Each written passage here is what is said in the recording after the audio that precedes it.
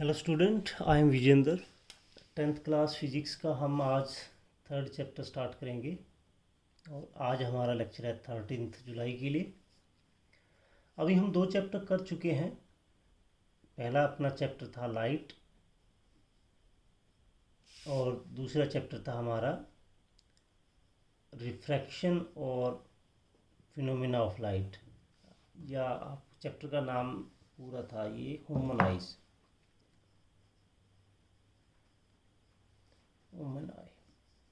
ठीक, ये 2 चैप्टर हम कंप्लीट कर चुके हैं।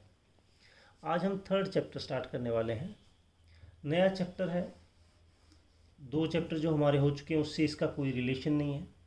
चैप्टर का नाम है करंट इलेक्ट्रिसिटी। Current electricity.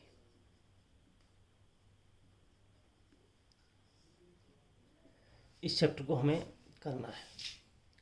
अब इस चैप्टर को हम स्टार्ट करें उससे पहले कुछ हम बेसिक्स जो आप डे टू डे लाइफ में कुछ चीज़ें ऑब्जर्व करते हैं करंट इलेक्ट्रिसिटी को लेके, उसको मैं आज डिस्कस करने वाला हूँ। आज मैं इस चैप्टर को जस्ट एक इंट्रोडक्शन पे ही रखने वाला हूँ।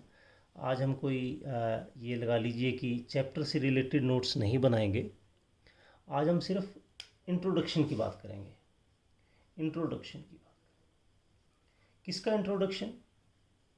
तो करंट इलेक्ट्रिसिटी का सबसे मेन किरदार, या कह लीजिए कि सबसे इम्पोर्टेंट सदस्य इस चैप्टर का जो होने वाला है उसका नाम है चार्ज।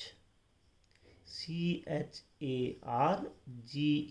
आज हम इस वर्ड को डिफाइन करेंगे, इस वर्ड के बारे में सीखेंगे कि ये क्या चीज़ होती है चार्ज। तो आपने नोट किया होगा कि विंटर के दौरान आपके पास जो कंबल वगैरह होते हैं, यानी वुलन की जो चीज़ें होती हैं, आप उस पर जब रब करते हैं उसको आपस में ऐसे घिसते हैं या हाथ से ऐसा कुछ, तो उसमें एक चमक सी आप देखते हैं, एक स्पार्क, एक चमक सी पैदा होती है, लाइटनिंग सी नज़र आती है। ठीक है ना? वो क्यों आती है, कभी सोचा है? या फिर मैं आपको एक और एक्टिविटी बताता हूँ जो आप अब इस लेक्चर के बाद करके देखेंगे। आप एक काम करना, आप एक स्केल लेना। आपके पास स्केल होगा प्लास्टिक का, ऐसे बना होता है ना, ऐसे स्केल होता है हमारे पास, प्लास्टिक का आपके पास होगा। प्लास्टिक का ही लेना है। आप किसी बच्चे के पास हो सकता है कि वो स्टील का भी हो। अरे यार, लाइन लंबाई मापने के लिए स्केल नहीं होता, वही स्केल की बात कर रहा हूँ। ऐसा स्केल अपने पास बना होता है। आप उसको लेना। आप मिट्टी के छोटे छोटे कण अपने टेबल पे डाल लेना। मान लीजिए जैसे ये टेबल है, इस पर छोटे छोटे थोड़ी सी मिट्टी डाल ली। ठीक है, ऐसे। और जैसे कि अगर मैं ये कहूँ, ये मान लीजिए ये पैनी आपका स्केल है, तो अगर ये मिट्टी के कण यहाँ पर पड़े हैं, इसके पास अगर मैं यहाँ पर लेके जाता हूँ तो ये मिट्टी के कण अपने आप उठ के इसके पास तो नहीं आने चाहिए, क्योंकि ग्रेविटी से कोई चीज़ नीचे की तरफ तो जा सकती है, नीचे से उठ के ऊपर की तरफ तो नहीं आनी चाहिए, नहीं आएगी। फिर आप क्या करना, उस स्केल को अपने बालों पे ऐसे रब कर लेना, अपने बालों पे ऐसे उसको घिस लेना, और फिर उस स्केल को मिट्टी के कण के पास लेके जाना। मिट्टी को छूना नहीं है, पास ही लेके जाना। आप क्या देखेंगे, ये मिट्टी के कण उठ के इसके चिपक जाएंगे, यानी एक तरह से ये जो आपका स्केल है एक तरह से ऐसी चुंबक बन जाएगा जो मिट्टी को अपनी ओर खींच रहा है। मिट्टी के छोटे छोटे कण जो होते हैं उनको अपनी ओर खींच लेगा। मिट्टी अकेली नहीं, आप चाहें तो छोटे छोटे कागज़ के टुकड़े करके छोड़ लेना, छोटे छोटे। जैसे कि अगर मैं कहूँ कि मान लीजिए मैं इस कॉपी के मान लीजिए जैसे ये कागज़ का टुकड़ा है, इसको और छोटे पीस कर लो। ठीक है ना? और छोटे पीस कर लेते हैं। ठीक है, इस तरह ये छोटे छोटे आपके पास टुकड़े हो जाएंगे, ये वाले ऐसे टुकड़े हो जाएंगे। ये आपको टुकड़े दिख रहे होंगे। आपको क्या करना है, ऐसे स्केल लेना है और स्केल को अपने बालों पे पहले अच्छे से रब कर लेना। आपके बाल सूखे होने चाहिए। और फिर आप उसके पास ऐसे लेके आएंगे तो वो जो टुकड़े हैं वो इसकी तरफ अट्रैक्ट होंगे। ये कागज़ के टुकड़े इसको ऐसे अपनी ओर यूँ खींचेंगे, ठीक है। हालांकि ये इसको नहीं खींच रहा है क्योंकि मैंने इसको भी अभी किया नहीं है, वैसे भी टुकड़े मैंने दिखाने के लिए ये बड़े बनाए हैं, ठीक है। बहुत छोटे टुकड़े होंगे तो ये चीज़ अपनी ओर इसको खींच सकता है। क्यों खींच सकता है वो अभी ये देखिए, ये टुकड़ा है इसको नहीं उठा रहा है क्योंकि इसमें अभी चार्ज नहीं आया हुआ है, मैंने रब नहीं किया, और ये टुकड़ा भी बड़ा था। ये टुकड़े भी आपको बहुत छोटे छोटे लेने पड़ेंगे।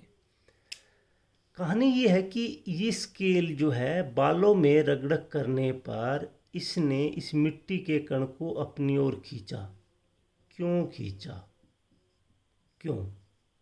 बालों में रगड़ने पर इस स्केल में ऐसी क्या ताकत आ गई कि ये इस चीज़ को अपनी ओर खींच लेता है? इसके पीछे की कहानी मैं आपको समझाना चाहता हूँ। आज इंट्रोडक्शन में यही हम चीज़ करेंगे, और ये चार्ज की वजह से कर रहा है, उस कहानी में आपको समझ में आएगा कि चार्ज क्या होता है। तो आज हम इस कहानी को पढ़ेंगे। मैं चाहता हूँ कि ये कहानी में जो एक्सपेरिमेंट हम कर रहे हैं इसको आप खुद करके देखें, लास्ट में बताऊँगा कि आपको क्या करना है। कहानी ऐसे है कि एक साइंटिस्ट था, उसने एक गिलास की रोड, छड़, कोई भी गिलास की छड़ थी, ये मान लीजिए गिलास की छड़ है, जैसे ये पेन एक छड़ की तरह ही है, ये प्लास्टिक का है, ये गिलास का हमने लिया। इस गिलास रोड को उसने धागे से बांध के छत से ऐसे लटका रखा है। ये छत से बांध के इस रोड को ऐसे लटका दिया।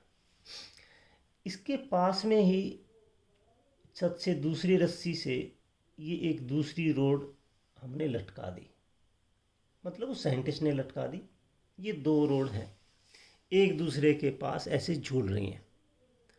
तो नीचे की तरफ तो ये झूल रही हैं क्योंकि ग्रेविटी का फोर्स, धरती का गुरुत्वाकर्षण बल जिसको हिंदी में कहते हैं, वो इसको अपनी ओर नीचे ओर खींच रहा है। आपको ग्रेविटी 9th क्लास में आप पढ़ चुके हैं।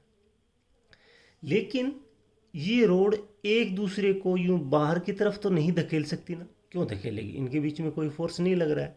ये इसको ना तो इसको ये छू रही है ना इसको ये छू रही है, तो बिना छुए ऐसा अभी तक हम कोई फोर्स नहीं जानते जो इसको एक दूसरे की तरफ धकेले। ये एक साधारण ग्लास की रोड है बेटा, ग्लास की छड़ है और कुछ नहीं है, ग्लास रोड है, साधारण ग्लास रोड थी। अब उस साइंटिस्ट ने क्या किया, इन दोनों ग्लास रोड को एक सिल्क के कपड़े के साथ, एक सिल्क का कपड़ा लिया, ठीक है। सिल्क के कपड़े पर इस ग्लास रोड को उसने क्या किया, रब किया, आपस में घिसा उसको। जैसे ये ग्लास रोड ले ली, ये मान लीजिए सिल्क का कपड़ा है, उस पर ऐसे इसको यूं घिसा, ठीक है। और फिर इस रोड को वापस लटका दिया, और फिर दूसरी रोड को लिया, इस सिल्क के कपड़े पे फिर रब किया, इसको भी लटका दिया। अब ये दोनों ग्लास रोड सिल्क के कपड़े पर रब करने के बाद जब ऐसे लटकाई तो उसने क्या देखा कि ये जो ग्लास रोड है, जो इसको ऐसे सीधा रहना चाहिए था, ये ग्लास रोड एक दूसरे से रिपेल हो गई। रिपेल का मतलब होता है एक दूसरे से दूर धकेलना बेटा। ये रिपेल हो गई और ये ग्लास रोड कुछ इस तरह से ऐसे हो गई। मान लीजिए जैसे कि मैं ये कहूँ कि ये पहले ऐसे थी, पहले दोनों सीधी लटक रही थी ऐसे, ठीक है, दोनों ग्लास रोड है ये ऐसे लटक रही थी। अब फिर क्या हुआ, अपने आप ये एक दूसरे को यूं धकेलने लगी और ये ऐसे फैल गई। ऐसे समझिए इस बात को, ये देखिए दोनों ऐसे लटकनी चाहिए थी और ये एक दूसरे को रिपेल करके ये दूर दूर हो गई। हमने नहीं किया, अपने आप, ये अपने आप सीधी लटकनी चाहिए थी। हमने क्या किया, इन दोनों को ग्लास रोड को सिल्क के कपड़े पर रगड़ा और फिर जब दोबारा लटकाया तो ये पहले जो कि सीधी लटक रही थी, अब ये एक दूसरे से दूर चली गई, ऐसे जैसे कि ये एक दूसरे को रिपेल कर रही हो, धकेल रही हो। जैसे ये इसको इसके पास नहीं आना चाहती, दूर जा रही है एक दूसरे से, ये इधर यूँ होके खड़ी हो गई ऐसे। ऐसा क्यों हुआ भाई? ठीक है, जैसे कि चुंबक के पास एक चुंबक होती है, दूसरी चुंबक को दूर धकेल देती है ना, उसी तरह कुछ ऐसा हुआ। हालांकि चुंबक का भी चैप्टर हमारा आएगा, अगले चैप्टर में हम चुंबक के बारे में भी पढ़ेंगे। चुंबक का आपस में एक दूसरे को धकेलने के पीछे भी चार्ज ही होता है बेटा। आज भी यही हम चार्ज की बात कर रहे हैं। तो ये इस तरह क्यों धकेला, इसका कारण क्या था? साइंटिस्ट ने इस चीज़ को खोजने की कोशिश की कि ऐसी क्या वजह है कि सिल्क के कपड़े पर इस ग्लास रोड को रब करने पर एक दूसरे को ये रिपेल करती है। क्यों करती है? आपको क्या करना है? आपको ये एक्टिविटी घर पे कैसे करके देखेंगे? आपको मैं एक्टिविटी करने के लिए एक काम देता हूँ। क्या करना है आपको? आपको एक बैलून लेना है, ठीक है? बैलून लिया, उसमें हवा भरी, उसको बंद किया, ये एक बैलून हो गया, ठीक है? रस्सी से बांध के इसको ऐसे लटका दिया तो ये सीधा लटका रहेगा। बिल्कुल इसके पास में एक दूसरा बैलून लटकाना है, ठीक है? ये एक दूसरा बैलून इसके पास में लटका लिया और आपको करना क्या है? इन दोनों बैलून को पहले हवा भर के धागे बांध लेने दोनों के, और लटकाने से पहले इन दोनों को क्या करना है? आपके पास कोई भी एक वुलन का कपड़ा होगा, ऊन का कपड़ा, हिंदी में लिख देता हूँ भैया अगर आपको दिक्कत है तो।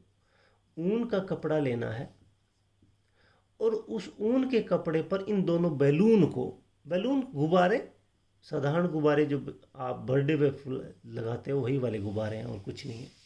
इन दोनों गुब्बारों को ऊन के कपड़े पे ऐसे रगड़ना है बेटा, और फिर रगड़ के आपको धागे से बांध के दोनों को लटकाना है। टच नहीं करवाना, लटकाना है बिल्कुल पास पास, बिल्कुल पास पास, बस बीच में थोड़ी सी जगह। तो अगर आपने ऊन के कपड़े पर अच्छे से रब किया तो ये बैलून यानी गुब्बारे एक दूसरे को धकेल के एक दूसरे से दूर हो जाएंगे अपने आप। जैसे चुंबक अपने पास खींचती है या दूर खींचती है ना, ये एक दूसरे से अपने आप ये दूर जाएंगे। ऊन के कपड़े पे इनको रब करना। क्यों जाते हैं? तो इसका कारण ये है कि जब हम आपस में रगड़ते हैं, इनके बीच में फ्रिक्शन की वजह से इस पे क्या आ जाता है बेटा? चार्ज आ जाता है। कौन सा चार्ज? वही चार्ज जो 9th क्लास में आपने पढ़ा था। एक होता है पॉजिटिव चार्ज और एक होता है आपका नेगेटिव चार्ज, ठीक है? ये पॉजिटिव चार्ज, नेगेटिव चार्ज फिर कैसे पता चले, इस कहानी को हम आगे कल फिर कैरी ऑन करेंगे। मैं चाहता हूँ कि इस तरह की कोई भी चीज़ें, जब किसी भी चीज़ को रगड़ते हैं तो उस पर एक चार्ज आ जाता है, इस तरह की कोई भी एक्टिविटी और आपके दिमाग में, एक मैंने ये बताई गुब्बारे वाली, ये खुद करेंगे आप। जो मैं चाहता हूँ कि सभी बच्चे करें, उसका वीडियो रिकॉर्ड करें कि वो एक दूसरे से रिपेल कर रहे हैं कि नहीं करें। वो वीडियो आप मेरे नंबर पे भेजना।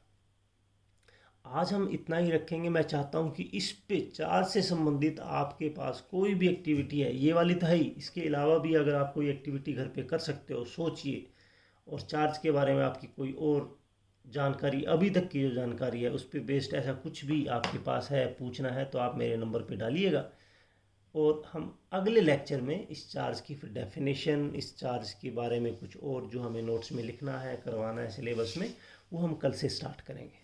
तो आज हम यही करेंगे, गुब्बारे वाली एक्टिविटी घर पे करके देखेंगे कि दो गुब्बारे उनके कपड़े पर रब करने पर ऐसे लटकाए जाए तो क्या वो एक दूसरे को रिपेल करते हैं कि नहीं करते। एक प्लास्टिक का स्केल बालों में हमने रब किया, वो मिट्टी के कणों को अपनी ओर खींचता है कि नहीं खींचता। ये एक्टिविटी आप वीडियो में रिकॉर्ड करना और मेरे नंबर पे भेजना, ठीक है? देखते हैं कितने बच्चे इस चीज़ को घर पे करके देखते हैं और इस बात को समझते हैं। ऐसा क्यों हुआ, कैसे हुआ, ये हम कल से इस लेक्चर को जब आगे बढ़ाएंगे, इस चैप्टर को जब हम आगे बढ़ाएंगे तो फिर हम उसके बारे में जान पाएंगे। तो सबसे पहले यही स्टार्ट करते हैं, यहीं से एक एक्टिविटी से हम स्टार्ट करेंगे। हमें क्या पढ़ना है उसके बारे में उत्सुकता, अभी अगर ये एक्सपेरिमेंट करके देखोगे बेटा तो आपको पता चलेगा। बड़ा इंटरेस्टिंग चैप्टर है, बड़ी इंटरेस्टिंग चीज़ें आने वाली है। इस पूरे चैप्टर में हम बहुत सारी अच्छी अच्छी एक्टिविटीज़ करेंगे।